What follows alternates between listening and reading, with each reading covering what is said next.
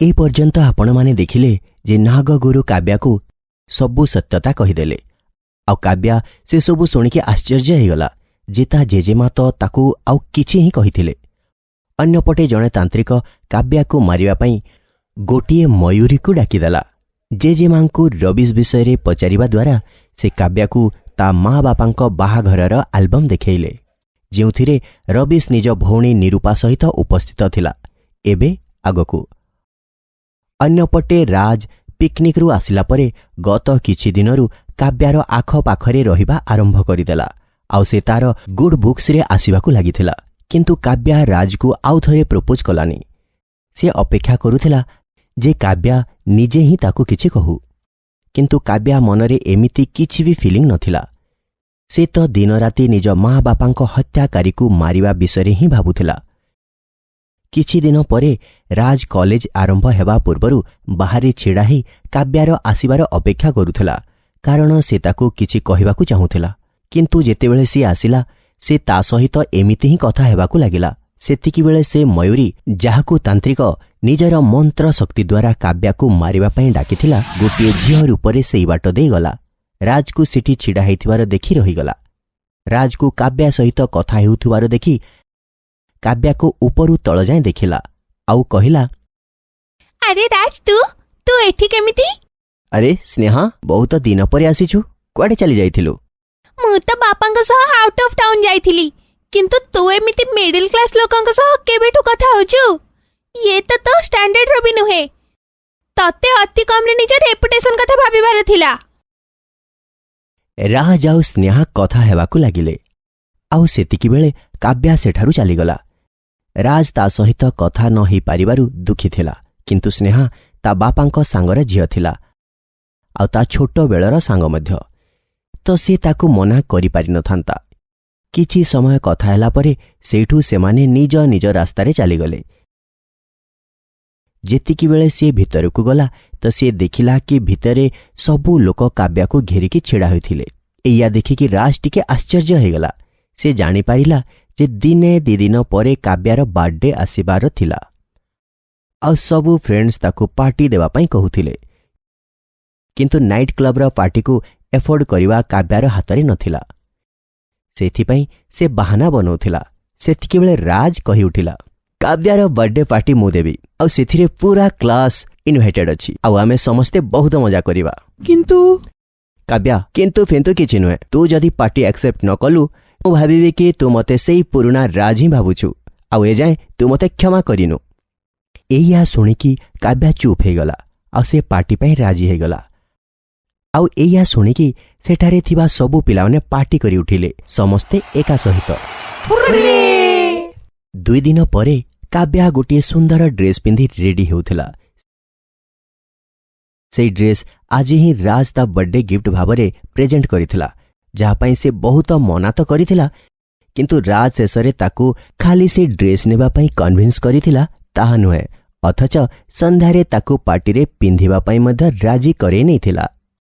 से ड्रेस सहित matching accessories भी रखा हिथिला, जहा को पिंधि काव्या बहुत सुंदर दिसुथिला।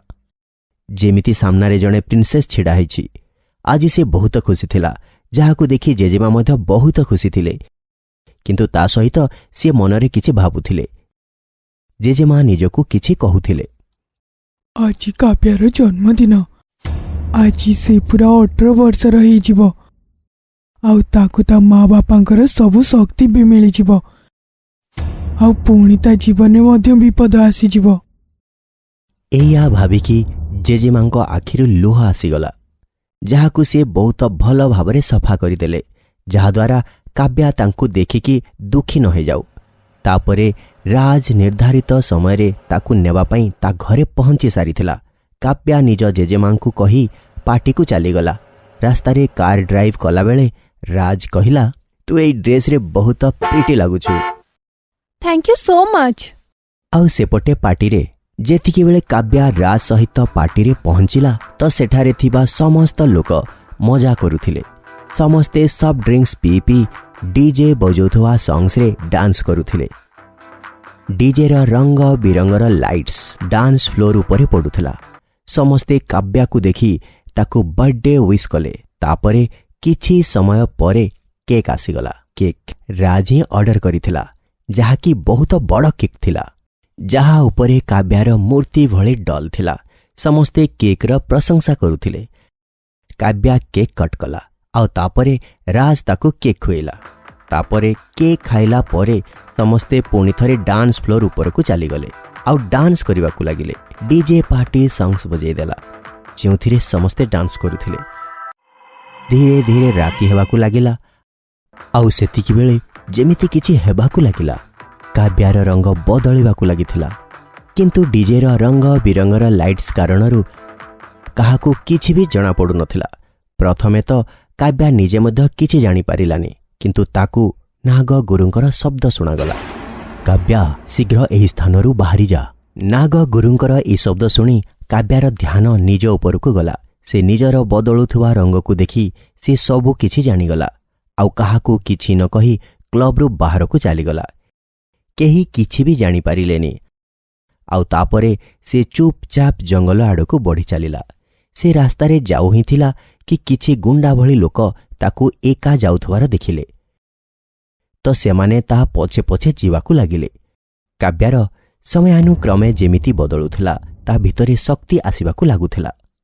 ଗୁଣ୍ଡାଙ୍କୁ କେବଳ ସୁନ୍ଦର ଡ୍ରେସ୍ରେ ଯାଉଥିବା ଝିଅ ହିଁ ଦେଖାଯାଉଥିଲା, କିନ୍ତୁ ତାର ବଦଳୁଥିବା ରଙ୍ଗ ସେମାନେ ଦେଖିପାରୁନଥିଲେ। ଯଦି ଦେଖିନେଇଥାନ୍ତେ ବୋଧେ ତା ପଛରେ ଯାଇ ହିଁ ନଥାନ୍ତେ। କାବ୍ୟାକୁ ନିଜ ଶକ୍ତିଗୁଡ଼ିକ କାରଣରୁ ପଛରେ ଆସୁଥିବା ଲୋକଙ୍କ ଆଭାସ ହୋଇଯାଇଥିଲା। ସେଇଥିପାଇଁ ସେ ଯଥାଶୀଘ୍ର ତାଙ୍କ ଆଖି ସାମ୍ନାରୁ ଅଦୃଶ୍ୟ ହୋଇଯିବାକୁ ଚାହୁଁଥିଲା। ସେଥିପାଇଁ ସେ ଶୀଘ୍ର ଶୀଘ୍ର ଚାଲିବାକୁ ଲାଗିଲା ଆଉ ବହୁତ ଶୀଘ୍ର ସେ ସେମାନଙ୍କଠାରୁ ଦୂରେଇଗଲା। ସେମାନେ ତାକୁ ସେଇଠି ଖୋଜୁଥିଲେ। କିଛି ଦୂରକୁ ଗଲାପରେ କାବ୍ୟାର ରଙ୍ଗ ପୂରାପୂରି ଭାବରେ କଳା ହୋଇସାରିଥିଲା ଆଉ ସେ ନାଗୁଣୀ ରୂପରେ ବଦଳି ଯାଇଥିଲା। ସେତେବେଳେ ତାକୁ ସେଇଠି ଗୋଟିଏ ବଡ଼ ନାଗଟିଏ ଦେଖାଗଲା। ତାକୁ ଦେଖିକି କାବ୍ୟା ଡରିଗଲା ଆଉ ତାପରେ ଦେଖୁ ଦେଖୁ ସେ ପୂରାପୂରି ଭାବେ କଳା ନାଗୁଣୀରେ ବଦଳିଗଲା। କାବ୍ୟା ନାଗୁଣୀ ରୂପରେ ବଦଳିଗଲା ପରେ ସେ ବଡ଼ ନାଗଟି କାବ୍ୟା ସାମ୍ନାରେ ଆସି ବସିଗଲା ଆଉ ଶାନ୍ତ କରି କହିଲା, ତତେ ମୋଠାରୁ ବିଚଳିତ ହେବା ଦରକାର ନାହିଁ। ମୁଁ ନାଗରାଜ, ନାଗମାନଙ୍କର ରାଜା। କାବ୍ୟାକୁ ନାଗଗୁରୁ ପୂର୍ବରୁ ହିଁ ନାଗରାଜଙ୍କ ବିଷୟରେ ସବୁକିଛି କହିଦେଇଥିଲେ। ସେଇଥିପାଇଁ ସେ ତାଙ୍କୁ ପ୍ରଣାମ କରିକି କହିଲା, ନାଗରାଜ ପ୍ରଣାମ। ସର୍ବଦା ଖୁସି ରହ ଆଉ ନାଗ ଜାତିର କଲ୍ୟାଣ କର। ଆଜି ତତେ 18 ବର୍ଷ ହେଇଗଲା, ସେଇଥିପାଇଁ ମୁଁ ତତେ ତୋର ସବୁ ଶକ୍ତି ଦେବାକୁ ଆସିଛି, ଯାହାଦ୍ୱାରା କି ତୁ ତୋର ଆଉ ତୋ ନାଗ କୁଳର ଶତ୍ରୁଙ୍କ ସଂହାର କରିପାରିବୁ। ଏମିତି କହି ନାଗରାଜ ନିଜ ଆଖିରୁ କିଛି ଭିନ୍ନ ଭିନ୍ନ ରଙ୍ଗର ପ୍ରକାଶ କାବ୍ୟାର ଶରୀରରେ ଭିନ୍ନ ଭିନ୍ନ ଅଙ୍ଗରେ ପକେଇଲେ। ସେହି ସ୍ଥାନରେ ବହୁତ ଗୁଡ଼ିଏ ପ୍ରକାଶ ବିସ୍ତାରିତ ହୋଇସାରିଥିଲା, ଯେମିତି ବହୁତ ଗୁଡ଼ିଏ ସୂର୍ଯ୍ୟ ପୁରା ପ୍ରକାଶିତ ହୋଇ ଉଠିଥିଲେ। କିଛି ସମୟ ପରେ କାବ୍ୟାର ଶରୀରରେ ହେଉଥିବା ବିଚଳତା ଶେଷ ହୋଇଗଲା ଆଉ ସିଏ ନିଜକୁ ବହୁତ ଊର୍ଜାବାନ ଅନୁଭବ କରୁଥିଲା। ତା ଶରୀରରୁ ଗୋଟିଏ ଉଜ୍ଜଳ ପ୍ରକାଶ ପ୍ରକାଶିତ ହେଉଥିଲା। ନାଗରାଜ କାବ୍ୟାକୁ ତା ମା ବାପାଙ୍କର ସବୁ ଶକ୍ତି ଦେଇସାରିଥିଲେ ଆଉ ତାପରେ କାବ୍ୟା ନିଜ ମାନବ ରୂପକୁ ଫେରିଆସିଲା। ତାପରେ ସେ ନାଗରାଜଙ୍କୁ ପ୍ରଣାମ କଲା ଆଉ ସେମାନେ ସେଠାରୁ ଚାଲିଗଲେ। କାବ୍ୟା ବି ପୁଣି କ୍ଲବକୁ ଫେରିବା ପାଇଁ ବାହାରିଗଲା। ସେଇ ଲୋକ ଯିଏ ମୟୂରୀକୁ ନିଜ ସାଧନା ବଳରେ ପ୍ରକଟିତ କରିଥିଲା, ରାଗରେ ଏପଟରୁ ସେପଟକୁ ବୁଲୁଥିଲା। ତାକୁ ତା ଶକ୍ତି ଦ୍ୱାରା ଜଣା ପଡ଼ିଯାଇଥିଲା ଯେ କାବ୍ୟାକୁ ତାର ସବୁ ଶକ୍ତି ମିଳିସାରିଛି। ଶେଷରେ ସେ ନାଗୁଣୀର ଝିଅକୁ ତାର ସବୁ ଶକ୍ତି ମିଳି ହିଁ ଗଲା। ଆଜି ସେ ନାଗୁଣୀ ରୂପରେ ବଦଳିଗଲା ଆଉ ଏବେ ଏ ଦୁନିଆରୁ ପାପ ସବୁଦିନ ପାଇଁ ଶେଷ ହେଇଯିବ।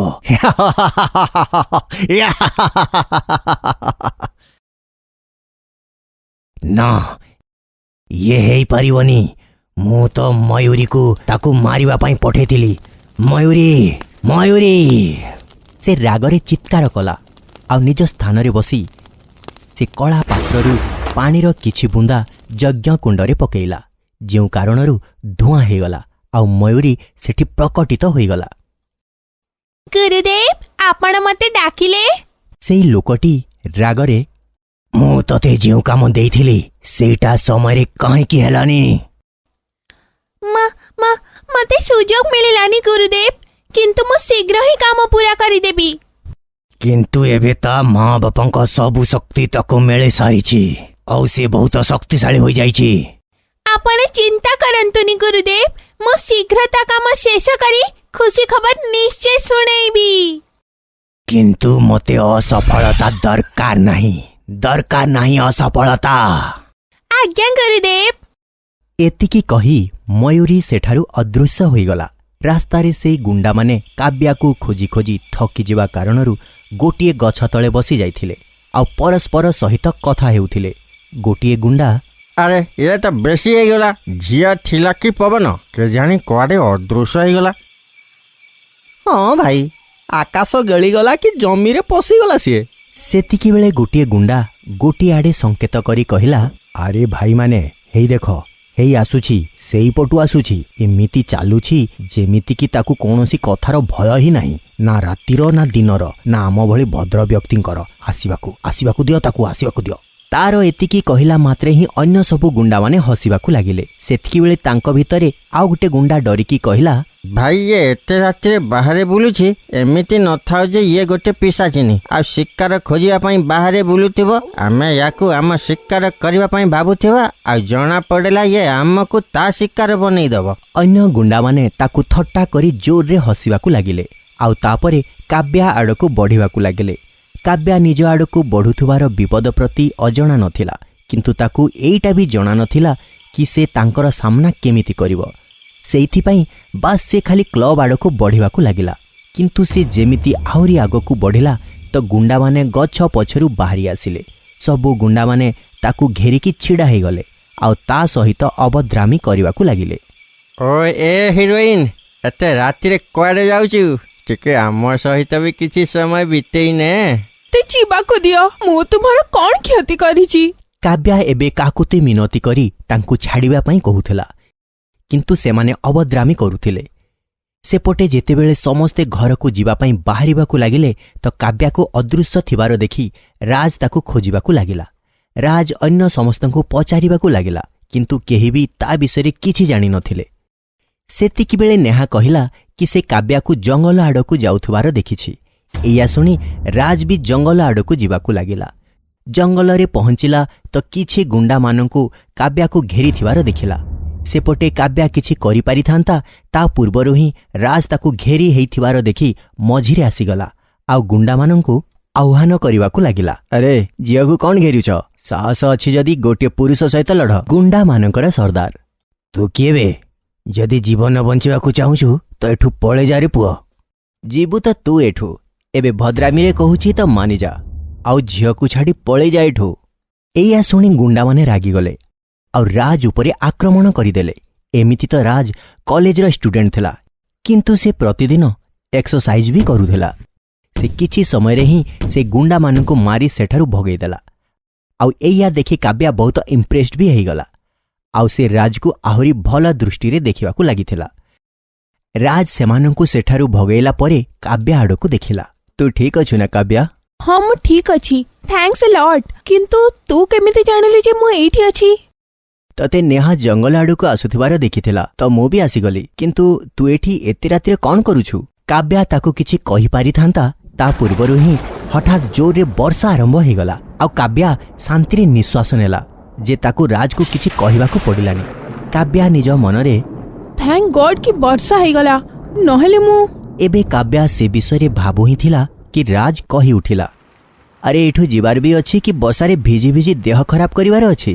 ସେତିକିବେଳେ କାବ୍ୟାକୁ ଜୋରରେ ଛିଙ୍କ ଆସିଗଲା, ଯାହାକୁ ଦେଖି ରାଜ କହି ଉଠିଲା, ଦେଖ ଦେହ ଖରାପ ହେଇଗଲା ନା, ଏବେ ତ ଟିକେ ଶୀଘ୍ର ଚାଲ ମ୍ୟାଡମ୍।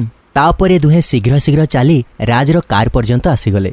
କିନ୍ତୁ ତଥାପି ଦୁହେଁ ବହୁତ ଭିଜି ସାରିଥିଲେ। ରାଜ ତାକୁ ଛାଡ଼ିବା ପାଇଁ ବାହାରିଗଲା, କିନ୍ତୁ କାବ୍ୟା ବାରମ୍ବାର ଛିଙ୍କୁଥିଲା।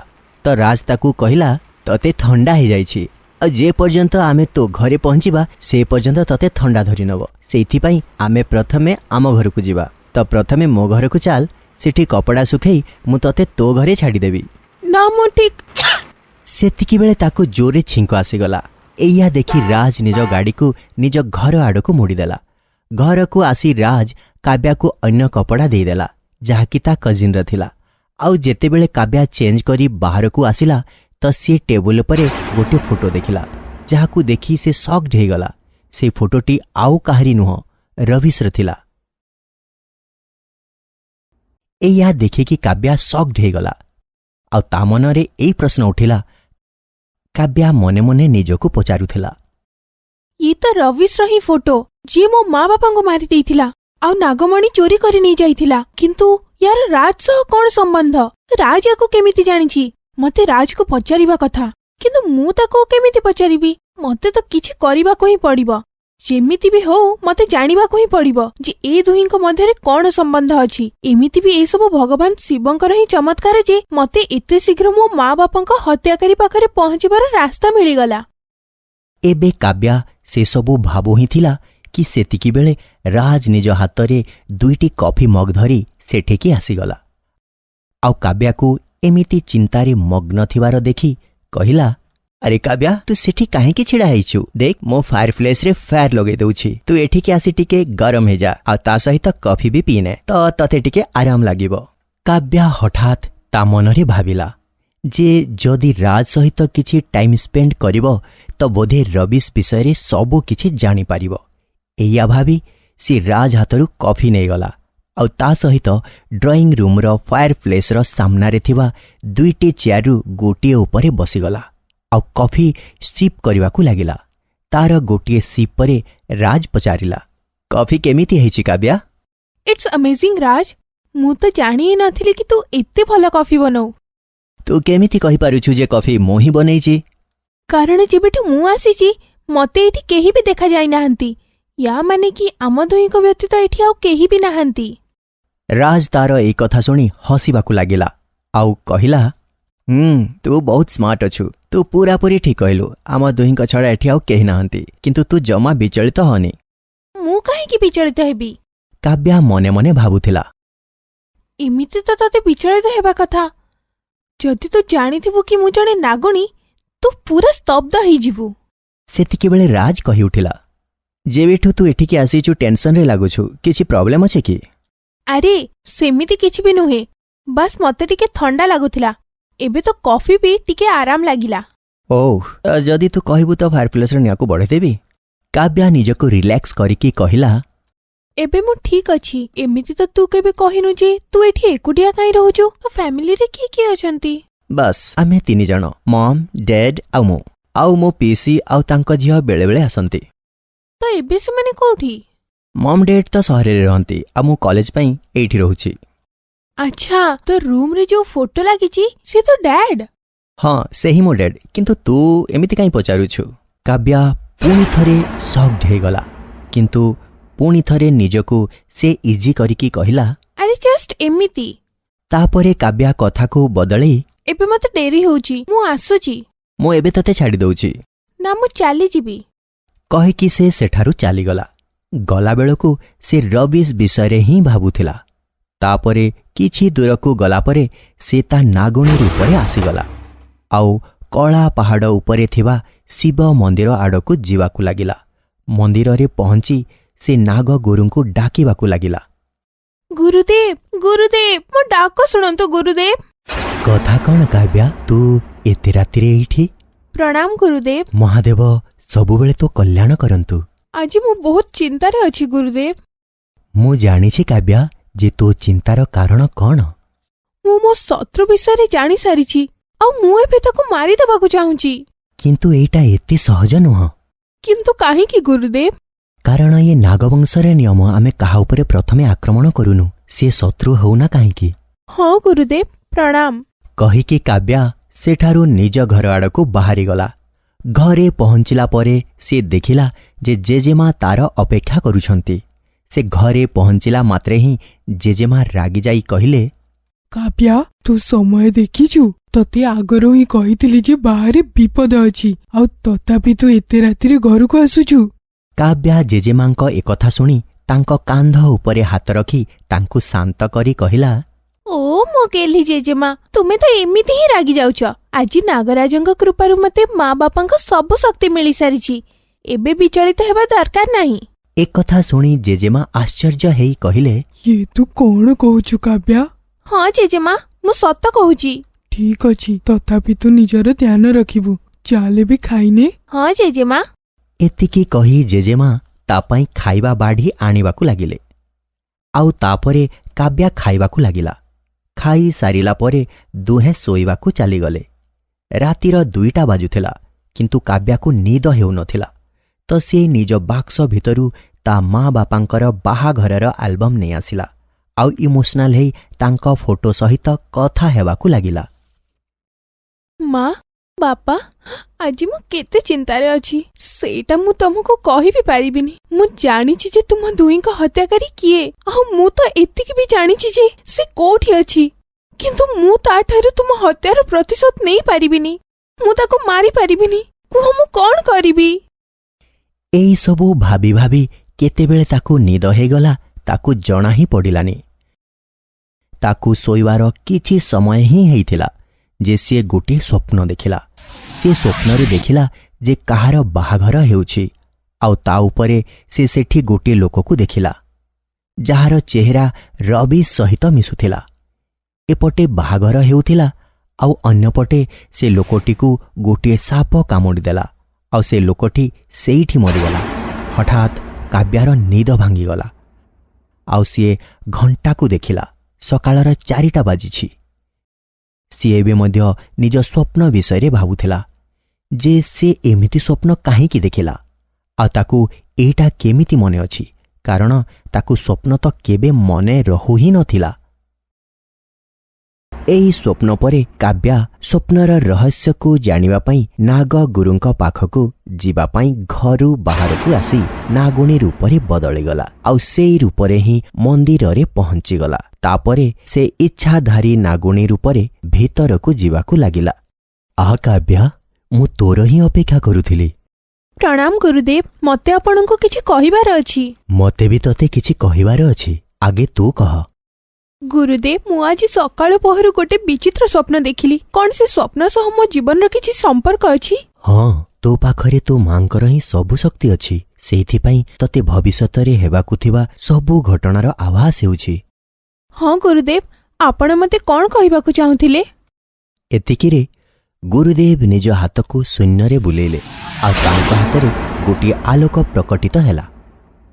ମୁଁ ତତେ ଏଇ ସବୁ ଶକ୍ତି ଦେବାକୁ ଚାହୁଁଛି। ଇଏ ତତେ ତୋର ଲକ୍ଷ୍ୟ ପୂରଣ କରିବାରେ ସାହାଯ୍ୟ କରିବ, କିନ୍ତୁ ଏ କଥାର ଧ୍ୟାନ ରଖିବୁ ଯେ ଯଦି ତୋ ହାତରେ ଜଣେ ନିର୍ଦ୍ଦୋଷର ହତ୍ୟା ହେଲା ତ ଏସବୁ ଶକ୍ତି ଚାଲିଯିବ। ଆଉ ହଁ, ରବିଶଠାରୁ ପ୍ରତିଶୋଧ ନେବା ପାଇଁ ଇଏ ସଠିକ୍ ସମୟ ନୁହେଁ। ତ ଏବେ ତୁ ତୋ ପରିଚୟ ତା ସାମ୍ନାକୁ ଆଣିବୁନି। ହଁ ଗୁରୁଦେବ। କାବ୍ୟା ସେସବୁ ଶକ୍ତିକୁ ନେଇ ମନ୍ଦିରରୁ ବାହାରକୁ ଆସିଗଲା।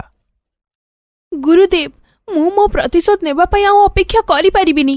ସେ ରବିଶକୁ ମାରିଲା ପରେ ହିଁ ମତେ ଶାନ୍ତି ମିଳିବ।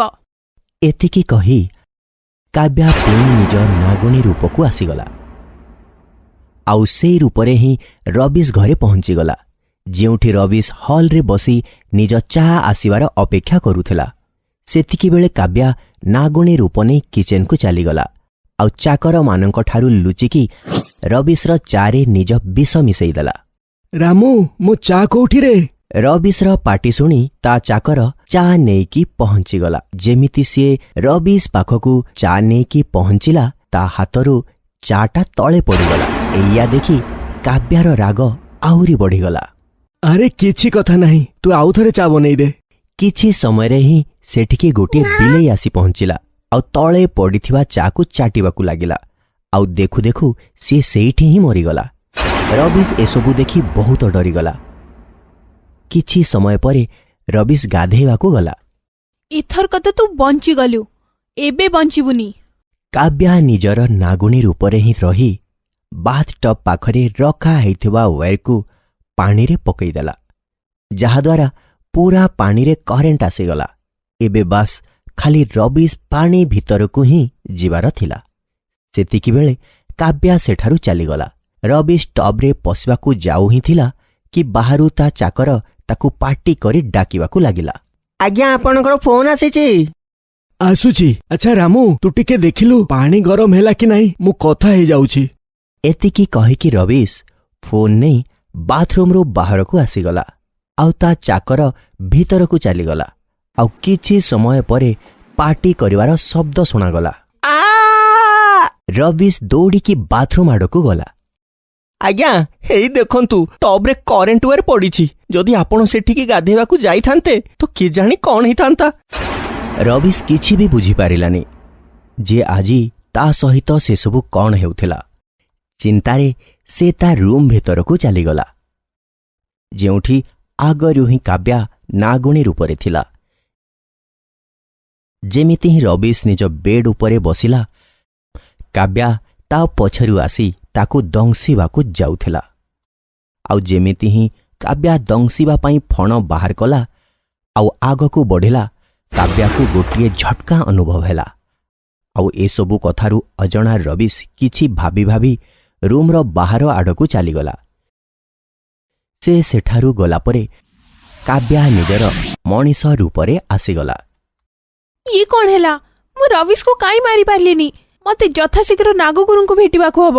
ଏତିକି କହି କାବ୍ୟା ପୁଣି ଥରେ ନାଗୁଣୀ ରୂପରେ ଆସି ସେଇ ରୂପରେ ହିଁ ନାଗଗୁରୁଙ୍କ ପାଖରେ ପହଞ୍ଚିଗଲା। ଗୁରୁଦେବ, ମୁଁ ରବିଶକୁ ମାରିବା ପାଇଁ ତା ଘରକୁ ଯାଇଥିଲି, କିନ୍ତୁ ଯେବେ ମୁଁ ତାକୁ ଦଂଶିବାକୁ ଲାଗିଲି ତ ମତେ ଗୋଟେ ଝଟକା ଅନୁଭବ ହେଲା, ଯେମିତି କେହି ମତେ ରବିଶକୁ ମାରିବାରୁ ଅଟକାଉଥିଲା।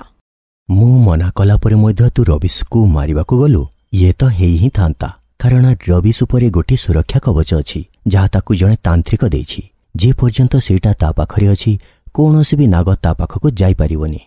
ଗୁରୁଦେବ, ତାହେଲେ ମୁଁ ତାଠାରୁ ନାଗମଣିର ରହସ୍ୟ କେମିତି ଜାଣିବି ଆଉ ମୋ ପ୍ରତିଶୋଧ କେମିତି ପୂରଣ ହେବ? ରବିଶ ବେକରେ ତାନ୍ତ୍ରିକ ଦେଇଥିବା ଗୋଟିଏ କବଚ ଅଛି। ସେ କବଚ କେବଳ ରବିଶ ହିଁ ତା ଇଚ୍ଛାରେ କାଢ଼ିପାରିବ। ତୁ ରବିଶକୁ ଖାଲି ସେତିକି ବେଳେ ହିଁ ମାରିପାରିବୁ ଯେବେ ତା ବେକରେ କିମ୍ବା ତା ପାଖରେ ସେ କବଚ ନଥିବ। ଏମିତି କେବେ ହବ? ଆପଣ ହିଁ କିଛି କୁହନ୍ତୁ। ତୁ ତା ପୁଅ ରାଜ ସହିତ ବାହା ହେଇଯା, ଯାହାଦ୍ୱାରା ତୁ ରବିଶର ଘରେ ଯାଇ ରହିପାରିବୁ। ଆଉ ଯେବେ ରବିଶ ସେ କବଚ ବେକରୁ କାଢ଼ିବ, ସେତିକିବେଳେ ତୁ ତାକୁ ନାଗମଣି ବିଷୟରେ ପଚାରିବୁ ଆଉ ନିଜ ପ୍ରତିଶୋଧ ବି ନେଇଯିବୁ। ଯେମିତି ଆପଣଙ୍କ ଆଜ୍ଞା। ମୁଁ ମୋ ମା ବାପାଙ୍କ ହତ୍ୟାକାରୀଠାରୁ ପ୍ରତିଶୋଧ ନେବା ପାଇଁ କିଛି ବି କରିବି।